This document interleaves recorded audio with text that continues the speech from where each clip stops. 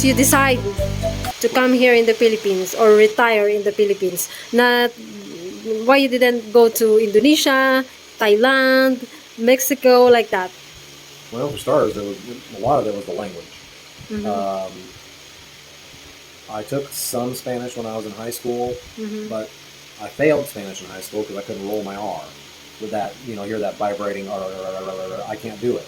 My tongue will not do it, and I failed. So, but I know a little bit of Spanish, and other than words that have that R in it, I felt I could maybe kind of pick up some of the language again. Plus there were areas there, but overall, it was the drug cartels that kind of scared me too much on really being in Mexico. I looked at Costa Rica. Mm-hmm. Costa Rica, even though it's a Spanish country, does speak a lot of English, so it was fairly promising. When I started looking at Southeast Asia, I looked at Cambodia, Vietnam, and Thailand, and as soon as I saw that their alphabet was basically artistic noodles, I knew that I was not going to be able to learn those languages, which narrowed it down to the Philippines, which used to be a U.S. territory. How about Thailand? Thailand, like I said, I knew there was no way that I could learn the language and a lot of the documentations that I was going to have to do. But you also got to remember, when I was first looking at these countries, I had no thoughts at all I was going to meet someone like you, and I figured I'd still be alone. So I was going to have to do all this stuff on my own. So you watch on YouTube, huh? So I started watching on YouTube, and once I learned that English was the official government language of the Philippines, I realized, okay, at least I can get all the government requirements done without help. Everything else would be just trial and error, live and learn. Then I started watching YouTube videos, and I started seeing how many foreigners, especially English-speaking foreigners, are here, which made it more promising. And then once I had decided, yeah, I'm going to go to the Philippines as soon as I can get a leg and learn how to walk again and get every other mess that was going on in my life at the moment in America taken care of. I was gone. I was leaving, and it was about 3 months after that you and I spoke for the first time, and the rest of it, most of your viewers know. Okay. Then what video that you watch and you finally decided that, okay, I'm gonna go to the Philippines. I'm gonna retire in the Philippines. Actually, it wasn't just one video that said, yeah, that's it, I'm going. It was a series of different videos. A lot of these people aren't even on YouTube anymore, and a couple of them, their attitudes towards the country changed, and I didn't like their videos anymore. It was, I'm not going to mention the channels, but they basically started using the Philippines as more as their Disneyland or their Disney World, playing around, let's face it, sleeping around, dating any Filipina they could find for a short amount of time, getting their thrills out, and then dumping them for the next one. And I was never that type of person, so I stopped watching their particular videos. But getting away from those type of lifestyles, seeing how some people were able to have a comfortable, modest, basic life here, convinced me that I'm going to give it a try. The worst that could happen is I end up having to return to the States, and I'm no worse off than I was when I was in the States. But I will mention one channel that really helped get a grasp and was a good influence on me learning the Philippines before I got here. Regardless of what any of the Filipinas watching may think of her, was Filipina P. Yeah. Yes, her channel is targeted towards the West. Okay, I understand that. But she was able to relay information to Westerners on what to expect, the good, the bad, and the ugly of being here. And her channel did do a lot to help confirm my decision to come here. I didn't start watching her until after I decided I was coming.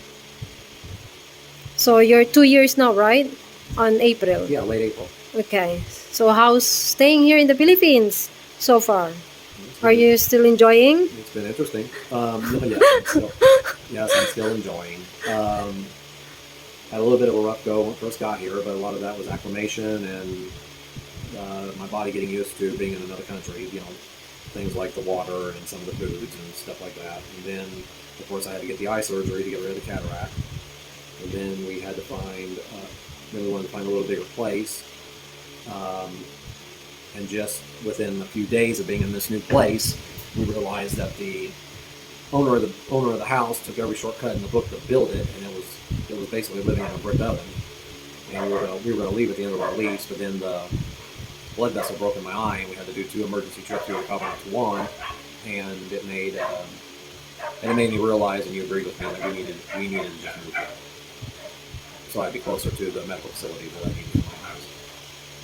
Okay, how about the weather? Are you already adjusted here? Because right now in your country is a winter and there's a snow, and here in the Philippines it's very, very hot, right? So how did you manage the summer season soon? I'm more adjusted to this weather than you are. Really? I go walking every day. I'm able to get in anywhere from 5 to 7 kilometers a day. The step count, I try to absolute minimum is 6,000. I try to break 8,000. If I can do 10,000 steps a day, I'm doing good. I can go outside at any time of the day as long as I stay hydrated. I'm fine. I'm perfect. I'm comfortable. I'm doing good. We go walking at 10:30 in the morning now. We haven't even made it to the gate for our subdivision, and you're like, it's hot. I'm melting. Because melting. it's hot. You sound like the Wicked Witch of the West and the Wizard of Oz. I'm melting. So I've acclimated. I can tolerate your weather better than you can tolerate your weather. I got no problems. As far as the snow and everything, I spent 20 years in South Carolina. The temperatures get into the high 30s, low 40s during the winter. And on rare occasions, it might break freezing. But I think the last snow in South Carolina was 7 years ago. So at least in the part of South Carolina I lived. Mm-hmm. Now, once you get closer to, because I lived in southern South Carolina, once you get up in northern South Carolina, closer to Clemson and Greenville and Spartanburg, those areas, yeah, they occasionally will get a dusting of snow every year, and on every few years they'll get a significant snowfall. But the part of South Carolina that I lived in, I think 5 years ago there was enough snow on the ground to be able to tell that it actually snowed, and it was gone in about 2 hours. The last significant snowfall in South Carolina was like 2018. So that part I didn't have a problem dealing with at all. Yeah, the first 6 weeks was kind of hard getting adjusted, but you remember I went from South Carolina up to Nebraska to say goodbye to my best friend. It was mid-March when I left, and contrast the weather that I was in Missouri, and I got snowed in Missouri for 3 days from a blizzard trying to get to my best friends. Mm-hmm. So there was snowfall number one. Once I got to his place, there was like 3 more snowfalls between the middle of March and when my plane left at the end of April. Mm-hmm. So it was still snowing in April in Nebraska. So I had just gotten accustomed to the cold and the bitter coldness, moisture in the air, humidity that way. In Nebraska, it took about 6 weeks, and bingo, I'm now in the Philippines. Mm-hmm. So yeah, and I wasn't in the shape that I thought I was in because of all the snow. I couldn't walk every day like I was in South Carolina. So yeah, I was out of shape when I got here, and it was difficult at times. But when we moved to a place where I was able to walk more and I was able to walk further, I started going to places and you started yelling at me, "Don't go there, you're going to get hurt, people don't like you, don't go to the 7-Eleven, no Coke Zero." And I ignored you because I wanted to explore. One, that built up my endurance as far as walking and getting into shape, but 2, it built up my endurance to handling the weather. Mm-hmm. So what is your weight when you first time you come here in the Philippines? When I landed, your first day. When I landed, I was 127 kilos. And I weighed this morning and I was 93. Wow, good job. Okay, how about your car hunting?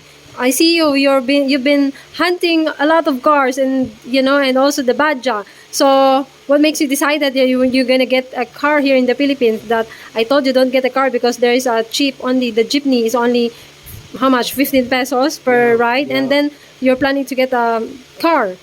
Well, the car would have been nice for us to be able to take day trips to places like up into the mountains or over to the lake that's near here, or even make a day trip to go see your nanay because by car she's just a little over 2 hours away. So when we go early enough, stay a few hours and come home, and that would be nice. It would give us a little bit more freedom. Mm-hmm. It doesn't mean we wouldn't. It doesn't mean we'd use the car every single time we left the house. We would still use jeepneys. We'd still use trikes because it's the cheaper transportation. Mm-hmm. The car would just give us freedom to be able to do some things at more leisure. The problem is, can't find anything that's in our budget. Mm-hmm. The one time that I saw something and wanted to surprise you by going looking at it by myself, they would not let me test drive it. Mm-hmm. Because of my prosthetic. They said I can't drive, I don't have a leg. I'm like, I got this leg, showing them my left one. They're like, you can't drive with a left leg. I'm like, I drove for years with a left leg in South Carolina, in America. Well, we're not, no. Their answer, you buy the car, you drive it, if you don't like it, we'll give you your money back. Yeah, right, like I'm really going to do that. And then the budget that we have just is not going to allow us to get a car that's Super fancy. I don't even want fancy. More latest. No. Dependable. Dependable. Okay. That's not going to break down on a moment's notice and you end up spending tens of thousands of pesos getting it fixed. The last car that we looked at today was online. It was a 2004 Chevy. And I had about 40 expats on my various groups basically telling me do not buy an American car in this country because I'm going to end up paying double the price for parts because they have to be shipped from the States. And then I'm going to have a difficult time finding a mechanic who can work on American cars. They're all basically telling me buy Toyota or don't get a car. People who have lived, and these are people who have lived here for quite some time, so they know more about it than I do. And then as far as the Baja is concerned, what's Baja? Baja is it's like a Ricochet. There's a Baja RE and there's a Baja Maxima. We're looking at both of those. And the biggest problem that we're finding one of those is, again, anything used, they still want so much money for it, even though the ones that are 6 and 7 years old, they might as well wait. You might as well wait another year, save up the money and buy new.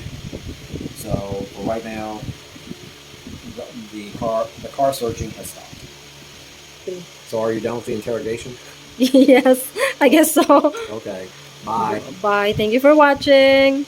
Guys. See you in our next vlog. Bye. Not if I see you first. See you? See me. American joke. Never mind. See, I told you, you're always doing that, huh? Your American joke and then you're talking to the Filipina and then the Filipina cannot understand, huh? Naughty Americano. Mm-hmm.